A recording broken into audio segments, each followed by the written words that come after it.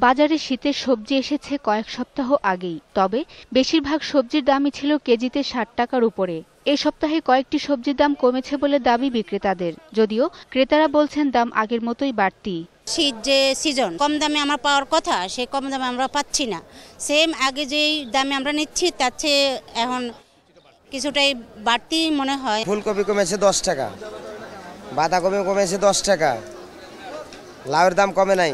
বাজারে ছোট মাছের সরবরাহ ভালো বলে জানান বিক্রেতারা। মলা, চারশো, পাবদা ও ছোট পাঁচমিশালি মাছ বিক্রি হচ্ছে ৬০০ টাকা কেজিতে। তবে দাম বেশি বলে অভিযোগ ক্রেতাদের। বাজারে মাছের প্রচুর আমদানি আছে, কিন্তু অনেক দাম বেশি না, দাম মোটামুটি আছে, মাছের দাম তো অনেক কম। এদিকে বাজারে এসেছে জলপাই, বেল, কদবেল, কমলা, পানিফল সহ বেশ কিছু মৌসুমি ফল। আমি কদবেল কিনতে আসছি, হালি হচ্ছে ১০০ টাকা বড়টা। কদবেল মনে করেন ৮০ টাকা, আর দেশি বেল আছে ৬০ টাকা, ৭০ টাকা।